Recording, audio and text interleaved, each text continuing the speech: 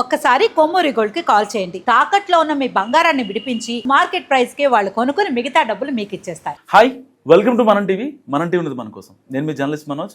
జగన్మోహన్ రెడ్డి గారిని నారా లోకేష్ గారు విమర్శిస్తూ ఆయనకి ఒక డిజార్డర్ ఉంది అని చెప్పి ఆయన మాట్లాడారు. అది క్రెడిట్ చోరీ డిజార్డర్ అంటూ ఆయన మాట్లాడారు. అసలు ఎందుకు అన్నారు, ఏ సందర్భంలో అనాల్సి వచ్చింది మాట్లాడదాం. మనతో పాటు ప్రముఖ political analyst and senior journalist కట్ట కార్తిక్ గారు ఉన్నారు. నమస్కారం కార్తిక్ గారు. ఎందుకని ఆ మాటను అంత అరవోకగా అనేసారు? అసలు ఎవరు అనని మాట ఇప్పుడు దాకా జగన్మోహన్ రెడ్డి గారిని. ఇప్పుడు ఒక విషయం మీద నువ్వు నన్ను అడిగావు, నేను దానికి సమాధానం చెప్తా. తర్వాత నువ్వు ఆ సమాధానం నేనే రాసిచ్చా కార్తిక్ గారికి, నేను రాసిచ్చింది ఆయన చెప్పాడు అంతే అని చెప్పి ఆ క్రెడిట్ అంతా నాదే అని నువ్వు అన్నావు అనుకో, బయట చూసేవాడు ఏమనుకుంటాడు? అతనికి రాసిచ్చే బదులు అదేదో నువ్వే చెప్పొచ్చు కదా అనుకుంటా. ఎగ్జాక్ట్లీ అంతే కదా, అంతే కదా. ఇప్పుడు ఏదో నువ్వు నాకు స్క్రిప్ట్ రాసిచ్చి పైగా క్వశ్చన్ అడిగి నాతో సమాధానం చెప్పించి మరి నేను చెప్పిన సమాధానం క్రియేట్ అంతా నువ్వే అని అనుకునే బదులు అదేదో నువ్వే చేయొచ్చు కదా అనుకుంటారు ఖచ్చితంగా. ఇప్పుడు జగన్మోహన్ రెడ్డి గారి విషయంలో కూడా ఇది జరుగుతుంది. ఆయన ఏమంటారు, భోగాపురం ఎయిర్పోర్ట్ నేనే కట్టాను అంటాడు, పోలవరం ప్రాజెక్టు నేనే కంప్లీట్ చేశా అంటాడు, వెలిగొండ ప్రాజెక్ట్ నేనే కంప్లీట్ చేశా అంటాడు, లేదు గూగుల్ డేటా సెంటర్ నేనే తెచ్చాను అంటాడు, ArcelorMittal ప్రాజెక్ట్ నేనే తెచ్చాను, ఇదంతా నా వల్లే జరిగిందని జగన్మోహన్ రెడ్డి గారు చెప్తారు. ఈ ప్రాజెక్టులో ఇప్పుడు ఒక 5-6 చెప్పా కదా, వీటిలో కనీసం ఒక 2-3 జగన్మోహన్ రెడ్డి గారు ఓపెన్ చేసి ఉండి మిగతా 2-3 కూడా నేను తెచ్చానంటే జనాలు నమ్మడానికి అవకాశం ఉండేది. ఇప్పుడు గూగుల్ డేటా సెంటర్ నువ్వు ల్యాండింగ్ చేయలేదు, గ్రౌండింగ్ చేయలేదు, నీకు సంబంధం లేదు, అసలు ఉన్నప్పుడు ఆ గూగుల్ డేటా సెంటర్ పదమే వినపడలేదు. ఇవాళ కూటమి అధికారులకు వచ్చిన తర్వాత 130,000 కోట్లతోటి గూగుల్ డేటా సెంటర్ ఏర్పాటు అవుతుంటే ముందులో దాన్ని వ్యతిరేకించి మళ్ళా డైరెక్ట్గా దాన్ని సపోర్ట్ చేశారా అనౌన్స్ కాగానే కాదు, దాన్ని వ్యతిరేకించారు. వ్యతిరేకించి ఒక వారం తర్వాత లేదు లేదు జనాలు తిట్టుకుంటున్నారు కాబట్టి లేదు అది మంచిదే రావటం, కానీ మా వాళ్ళే వచ్చింది తెలుసా అని చెప్పేసి అంటే జనం ఎలా నవ్వాలి? అంటే ఏ నోటితో నవ్వాలా ఏడవాలి? అసలు మాట్లాడలేని పరిస్థితి. ఇప్పుడు వెలుగొండ ప్రాజెక్ట్ నేనే కంప్లీట్ చేశాను జగన్మోహన్ రెడ్డి గారు చెప్తున్నారు. మరి కంప్లీట్ చేస్తుంటే నువ్వే వాటర్ ఇస్తుంటే అయిపోయేది కదా. నువ్వు వెలుగొండ ప్రాజెక్ట్ కంప్లీట్ చేస్తుంటే ఆ ప్రాజెక్ట్ ద్వారా నీళ్లు కనుక నువ్వే ఇచ్చి ఉండుంటే నువ్వు కంప్లీట్ చేయలేదని అంటానికి అవకాశం ఎక్కడ ఉండేది అసలు? ఇప్పుడు భోగాపురం ఎయిర్పోర్ట్ నేనే కట్టాను జగన్మోహన్ రెడ్డి గారు అంటున్నారు. ఒకవేళ భోగాపురం ఎయిర్పోర్ట్ జగన్మోహన్ రెడ్డి కట్టి కనుక ఉంటే అతను ఓపెన్ చేసుకుంటే అయిపోయా ముఖ్యమంత్రిగా ఉన్నప్పుడు. ఇప్పుడు జగన్మోహన్ రెడ్డి గారు ఏమన్నా 6 నెలలు సీఎంగా ఉన్నాడా, 1 year సీఎంగా ఉన్నాడా? 5 సంవత్సరాలు ముఖ్యమంత్రిగా ఉన్నాడు. 5 సంవత్సరాల కాలంలో ఒక పెద్ద కంపెనీకి సంబంధించి ఓపెనింగ్ జరిగిందా? ఒక పెద్ద కంపెనీ ఏమన్నా ల్యాండింగ్ జరిగిందా? లేదా ఒక పెద్ద ప్రాజెక్ట్ కంప్లీట్ అయ్యి ఓపెనింగ్ జరిగి దానివల్ల పోలవరం లాంటిదో ఇంకోటో నీరు ప్రజలకి ఇవ్వడం అనేది జరిగిందా? లేదే. జగన్మోహన్ రెడ్డి గారి పరిపాలనలో మనకు కనపడుతుంది ఏంది? ఉన్న కంపెనీలు పారిపోవటం, పారిశ్రామికవేత్తలు భయపడిపోవటం, అవినీతి జరగటం. కానీ జగన్మోహన్ రెడ్డి గారి విషయంలో కొన్ని జరిగాయి, దానికి ఖచ్చితంగా జగన్మోహన్ రెడ్డి గారు క్రెడిట్ అని చెప్పుకోవడానికి కొన్ని జరిగాయి. ఏంటి? ఇప్పుడు జగన్మోహన్ రెడ్డి గారి పరిపాలన కాలంలో కొత్త మందు బ్రాండ్ క్రియేట్ అయినాయి, అది జగన్మోహన్ రెడ్డి గారి క్రెడిట్. అది అడిగినా అడగకపోయినా మన కళ్ళ ముందు కనపడుతుంది కాబట్టి జగన్మోహన్ రెడ్డి గారి క్రెడిట్. అది ఎవరు కాదని వాస్తవం. జే బ్రాండ్ అనేది జగన్మోహన్ రెడ్డి గారి క్రియేషన్, అది జగన్మోహన్ రెడ్డి గారి క్రెడిట్. దానివల్ల జనం చచ్చిపోయినా, కిడ్నీలు లివర్లు పోయినా, దానివల్ల అవినీతి జరిగినా అదే జగన్మోహన్ రెడ్డి గారి క్రెడిట్. సరే, ఇంకోటి జగన్మోహన్ రెడ్డి గారి క్రెడిట్ ఉంది, అసలు నెయ్యే లేకుండా, అది పాలు లేకుండా కూడా నెయ్యి క్రియేట్ చేయొచ్చు అన్నారు అనుకో, అది జగన్మోహన్ రెడ్డి గారి క్రెడిట్. పాలు లేకుండా రసాయన కెమికల్స్ తోటి నెయ్యి అనేటువంటి ఒక కృత్రిమ పదార్థాన్ని క్రియేట్ చేసి దాన్నే నెయ్యి అని నమ్మించి దాన్ని తిరుపతి లడ్డూలో కలపొచ్చాడు జగన్మోహన్ రెడ్డి గారి ద్వారా తెలుస్తుంది. కానీ అది జగన్మోహన్ రెడ్డి గారి క్రెడిట్ కాదని ఎవడని అంటాడా? ఇంతవరకు అలా చేయొచ్చని ఎవడికి తెలియదు. రెండోది, అసలు ఇంకో జగన్మోహన్ రెడ్డి గారి క్రెడిట్ గురించి చెప్పుకోవాలంటే ఒక పెద్ద క్రెడిట్ ఉంది జగన్మోహన్ రెడ్డి గారికి.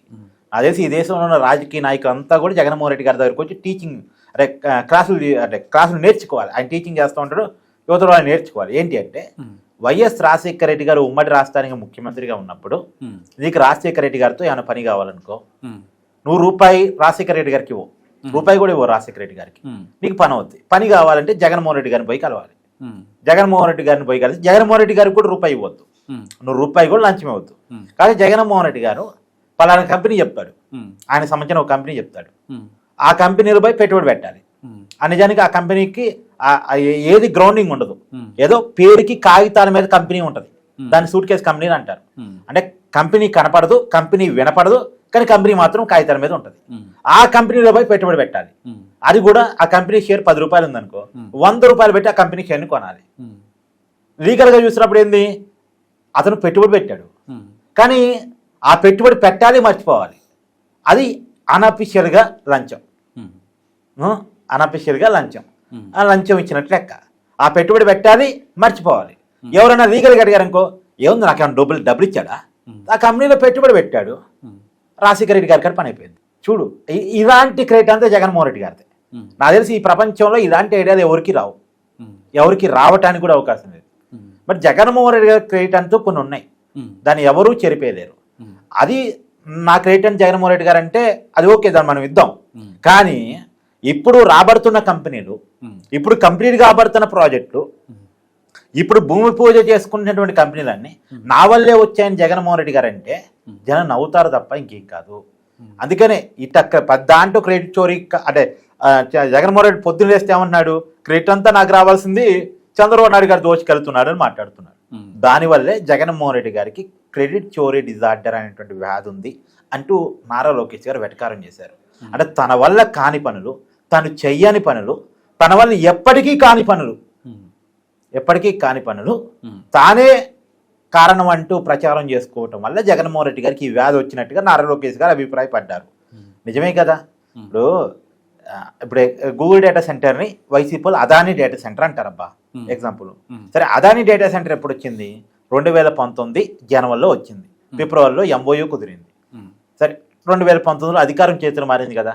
నిజంగా జగన్మోహన్ రెడ్డి గారు అదానీ డేటా సెంటర్ని గ్రౌండింగ్ చేసుకొని, చూసారా నేను ఎంత పెద్ద డేటా సెంటర్ ఇచ్చానో చెప్పుకుంటే బాగుండేది, నిజంగా చెప్పుకుంటే బాగుండేది.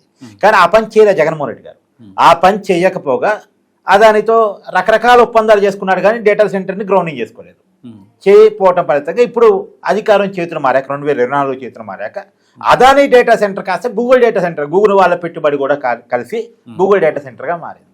అది కూడా 1,50,000 కోట్ల 1,30,000 కోట్ల ఫారెన్ డైరెక్ట్ ఇన్వెస్ట్మెంట్. అంటే బయట దేశాల నుంచి మన దేశంలోకి వస్తున్న పెద్ద పెట్టుబడి. దాన్ని ఇప్పుడు జగన్మోహన్ రెడ్డి నా క్రెడిట్ అంటే జనం ఇంకేమన్నారు, ఇంకా అందుకనే ఈ డిజార్డర్ ఉంది అనేటువంటిది. అంటే ఫైనల్ ఒకటి చెప్పండి కార్తీక్ గారు, ప్రజలు నమ్మే పరిస్థితి ఉంటుంది అంటారా? ఎందుకంటే గుడివాడ అమర్నాథ్ మాట్లాడాడు అప్పుడు, మీరు అన్నట్టు గూగుల్ సెంటర్ గురించి. తర్వాత సోకాళ్ళు కొంతమంది నాయకులు మాట్లాడుతూ ఉంటారు. ఇప్పుడు వెలిగొండ గురించి మొన్న గత ప్రభుత్వ హయాంలో ఏదైతే జరిగిందో, అక్కడ లారీలు తెచ్చి నీళ్లు పోయటం ఇలాంటివి చూశారు. ఈవెంట్ ఒక చిన్న కార్యక్రమం ఏదో పెట్టినట్టుగా వాటర్ ఫ్లో చేసి లారీల్లో వాటర్లు తెచ్చి పంపించి దాన్ని ఒక పెద్ద మ్యాజిక్ చేశారు. సో ఇలాంటి పరిస్థితులు సామాన్యులు నమ్మే న్యూట్రల్ వాళ్ళు ఎవరైతే ఉంటారో వాళ్ళు నమ్మే పరిస్థితి అంటారా ఏపీలో? అంటే ఇప్పుడు మన సిటీలో సర్కస్లు చూస్తూ ఉంటాం. వాళ్ళు ఏం చేస్తారు, ఒక లారీలో అంత సామాన్ వేసుకొని వస్తారు, అక్కడ ఇన్స్టాల్ చేస్తారు, ఒక నెల రోజులేమో సర్కస్ పెట్టుకుంటారు, నెల రోజుల తర్వాత మళ్ళీ ఖాళీ చేసుకొని వేరే చోటకి అంత పీకపోతారు. జగన్మోహన్ రెడ్డి గారు కూడా తన అధికారంలో ఉన్నప్పుడు ప్రాజెక్ట్ ఓపెనింగ్ అన్నాడు అనుకో, ఎగ్జాంపుల్ కుప్పానికి నీరు ఇస్తున్నానని అప్పట్లో ప్రాజెక్ట్ ఓపెన్ చేశాడు, గేట్ ఓపెన్ చేస్తున్నా అని చెప్పాడు. ఏం చేశాడు, పొద్దున పూటకి వచ్చి గేట్ పెట్టేశారు, తర్వాత వాటర్ ట్యాంకర్ ద్వారా వాటర్ వదిలారు. జగన్మోహన్ రెడ్డి గారు వచ్చారు, ఆ గేటు కత్తెరతో రిబ్బన్ కట్ చేశారు, వెంటనే గేట్ ఓపెన్ అయిపోయింది, వాటర్ వచ్చేసాయి. వాటర్ రాగానే సరే ప్రజలు దీన్ని ఎంతవరకు నమ్ముతారు, తర్వాత రోజు కూడా వాటర్ వచ్చాయని నమ్ముతారు. ఆ రోజుకి వాటర్ వచ్చే సాయంత్రానికి మళ్ళీ గేట్ వీక్కపోయారు, వాటర్ ట్యాంకర్ ఎత్తపోయారు, తర్వాత రోజు వాటర్ లేవు, గేటు లేదు. ఎవరు నమ్ముతారు? ఇలాంటి జిమ్మికల వల్ల ప్రయోజనం లేదు. అంటే జగన్మోహన్ రెడ్డి గారి విషయంలో ఉన్నది ఏంటంటే, మొదటి నుంచి డ్రామాల నడవడిక, డ్రామా కంపెనీ నడవడిక జగన్మోహన్ రెడ్డి గారి సిస్టమేటిక్లో కనపడుతూ ఉంటుంది. ఒకప్పుడు నీకు పాదయాత్ర ఒక్కసారి గుర్తు తెచ్చుకో, జగన్మోహన్ రెడ్డి గారు ఓదాయాత్ర పాదయాత్ర గుర్తు పెట్టుకో. జగన్మోహన్ రెడ్డి గారు వస్తున్నారని కానీ ఒక ఏమన్నా ఒళ్ళంతా తామర ఉన్నటువంటి ఒక వృద్ధురాలో లేదా ఇంకొకళ్ళు ఉంటారు, జగన్మోహన్ రెడ్డి గారు వస్తారు, జగన్మోహన్ రెడ్డి గారు వీళ్ళు ఎదురొస్తారు, వాళ్ళని హక్ చేసుకుంటాడు, లేదా ముసలావిడ నెత్తి మీద ముద్దు పెడతాడు, వెంటనే అది పుట్టో క్లిక్కమంటది. తర్వాత రోజు పేపర్లో అది పెద్ద ఐటమ్, ఒక వృద్ధురాలిని ముద్దాడుతున్న వైఎస్ జగన్మోహన్ రెడ్డి, ఒక ఒంటి మీద తామర ఉన్నటువంటి వ్యక్తిని వాటేసుకున్నటువంటి జగన్మోహన్ రెడ్డి. ఇది ఒక టైంలో నమ్మారు. ఇది సోషల్ మీడియా యుగం, ప్రతి చిన్న విషయాన్ని కూడా పెద్దగా చూసే యుగం. ఒక జగన్మోహన్ రెడ్డి ఒక వ్యక్తిని వాటేసుకున్నారంటే ఈ వ్యక్తి ఎవరా అని ఆరా తీసేటువంటి రోజులు ఇది. అవును. కాబట్టి ఒకప్పుడులాగా డ్రామాలు ఆడుతానంటే కుదరదు. ఇప్పుడు అప్పట్లో నమ్మారు జగన్మోహన్ రెడ్డికి వర్కౌట్ అయినాయి, కానీ జగన్మోహన్ రెడ్డి అధికారంలోకి వచ్చిన తర్వాత ఆయన కూడా పెట్టుబడి సాధించి పెడుతున్నా అని చెప్పేసి ఈ రోడ్డు పక్కన పానీపూరి బండ్ల వాళ్ళని సమోసాలు అమ్ముకునే వాళ్ళని కోర్టు వేసి కూర్చోబెడితే జనం నమ్ముతారులే, ఏముంది నేను ముసలాముడికి ముద్దు పెడితే నమ్మలేదా, పామరోడికి వాడేసుకుంటే నమ్మలేదా, ఈ ఐపాక్ టీం వాళ్ళని కూడా లేదు ఈ రోడ్డు పక్కన సమోసాలు అమ్మే వాళ్ళని కూడా కోటీశ్వర్లు లేదా పారిశ్రామికవేత్తలు అని చెప్తే నమ్మరా అనుకున్నాడు. కానీ ఏం చేశారు, అందరూ కూడా ఆ పుట్టోలు చూశారు, వీడెవడా వీడెవడా వీడెవడా అని ఎతికారు. వీడు రోడ్డు పక్కన సమోసాలు అమ్ముకునేటువంటి పలానా సాంబా, వీడు పలానా పక్క మన పానీపూరి చేసేటువంటి పలానా కుర్రోడు అని అంచనా వేసి ఈ రెండు పుట్టోలు పెట్టి వీళ్ళతో కోర్టు రేపించావా జగన్మోహన్ రెడ్డి అని బయటకు తీశారు, బయట పట్టాడుగా. అవును. సో కాబట్టి ఇవి ఆపితే చాలా బెటర్. అంటే రాని పనులు తానే చేశానని, రాని పనులు రావని ఒప్పుకోగలగాలి, లేదా నేర్చుకోగలగాలి. చేయలేని పనులు చేయలేదని ఒప్పుకోవాలి, నెక్స్ట్ చేస్తానని చెప్పగలగాలి. అంతేగాని చెయ్యని పనులు చేశానని, రాని పనులు వచ్చి అని చెప్తే ప్రజలు ఎప్పటికీ జగన్మోహన్ రెడ్డి గారు నమ్మరు. ఇది ఉన్న కొద్దిపాటి నమ్మకాన్ని కూడా జగన్మోహన్ రెడ్డి గారు పోగొట్టుకోవటం. థ్యాంక్ యూ కార్తిక్ గారు. సో ఇది కార్తిక్ గారు అనాలిసిస్. మీరేమనుకుంటున్నారు మస్ట్గా కామెంట్ చేసే ప్రయత్నం చేయండి. చూస్తూనే ఉండండి మనం టీవీ.